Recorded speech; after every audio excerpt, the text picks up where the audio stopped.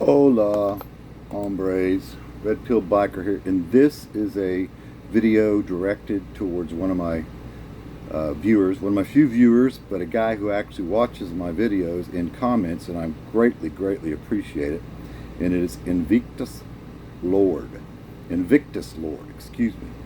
And he commented on my last video and brought up some things that I think are pretty interesting and stuff I might have addressed in later videos, but I don't know if I would have got to them because I hadn't really thought of a couple of these things. And the first one he brought up was the fear of isolation. And I think that deserves way more time than I can put into it right now. That may be a series because it's a real thing. I mean, it sucks to feel isolated. But I can tell you, there are some rewards and some real benefits that come with that. Like I mentioned in the last video, there's a real chance for self-reflection and getting to know yourself, self-actualizing, and so forth. But I think I'm going to hold off on that because it's a pretty deep subject. But you did bring up something about the innate desire to be a father, and see, I totally agree with that. If I had to sit down, and if anybody said to me, do you have any regrets? I'd say very few. And the reason I have very few regrets is just because I've accepted my past failures and I've moved past them, realizing I just did the very best I could with the information I had at the time. But if I had to pick one out, it would probably be the fact that I never was a father. Was I a father figure? Yeah.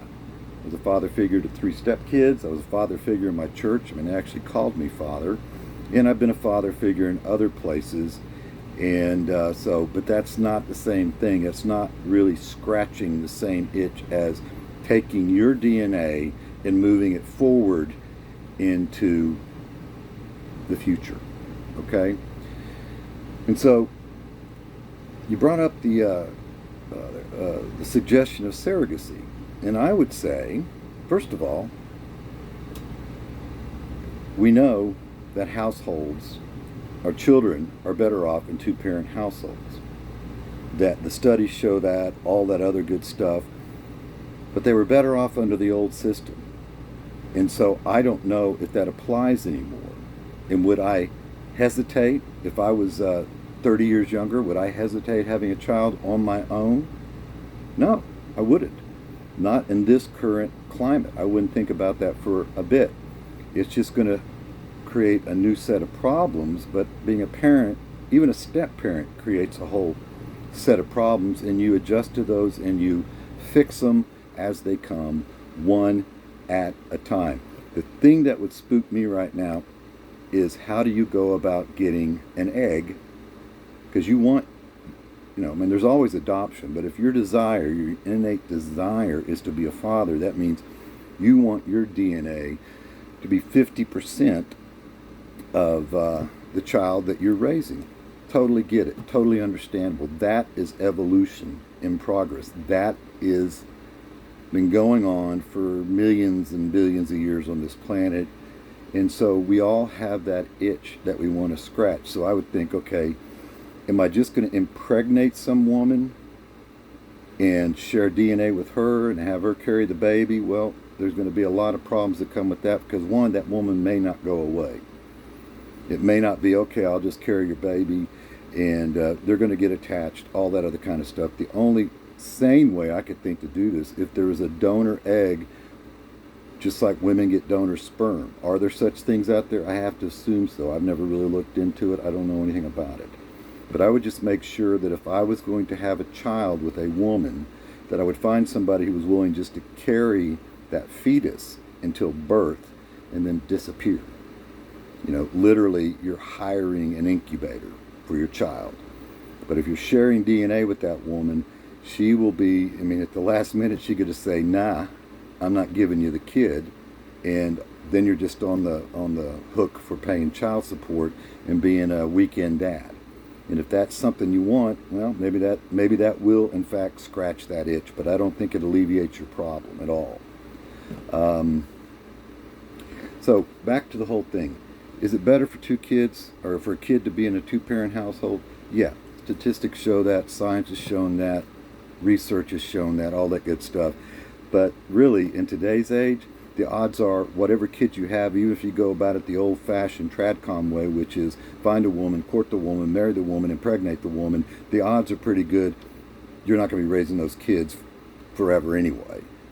You know, divorce is so prevalent. 80% of the divorces are filed by women. So it's really, there's something that's really out of your control. Relationships are not under your control because there's not one relationship. There are two. There's your relationship with her and her relationship with you.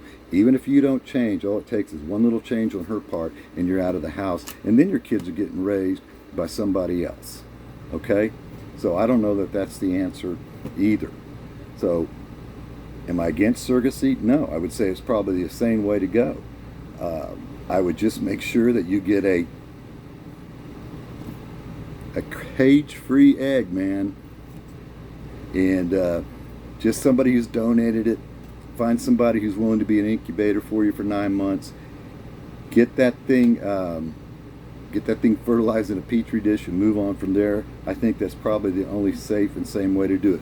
Now, as a single dad, you're going to have another whole host of problems that are going to come up because you won't have that other person there. Women have been vying with this problem for a long, long time. You won't have the same options. There will not be a government agency that's going to come in and kick you some money to help you raise your kids. It's going to be all on you. So you'll have all those things, child care, all that other stuff, because you're going to want to work. But I wouldn't even say that's the main problem.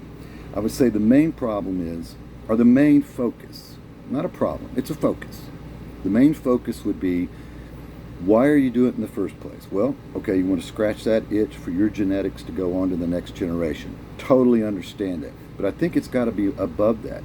You have to believe that you're going to be able to instill in this child certain values that you hold to be important. Cherished values, whether they be spiritual, intellectual, work ethic, philosophical, whatever it may be. And that brings up a new process of making sure that you've really got those values down, hammering those values down for yourself. Because at least under the old system where we had a mom and we had a dad, there were roles that were laid out. They each had their own values. Those values brought them together. Maybe they met in a Christian organization. Maybe they met at school studying a certain subject. At least when they came together, there was a certain set of shared values, and they could kind of agree on those. So we have to come up with our own values, which means we have to do the research on our own. We have to really look inside ourselves and somewhat search outside ourselves, and I would say go into philosophy and things like that. If you are a spiritual man, look into your religion, whatever that may be, and hammer down those values and see if those are the ones you want to pass on, because you will be the source for a while to pass on down certain values. So I don't know if this helped. This has been real off the cuff. Wrote down a few notes, and but to answer your question, yeah, I think surrogacy is a legitimate way for a man to go if he can bypass those issues that come with that. Anyway, hope that helps somewhat. Life is hard. Don't make it any harder than it needs to be. Keep it real, guys. Adios.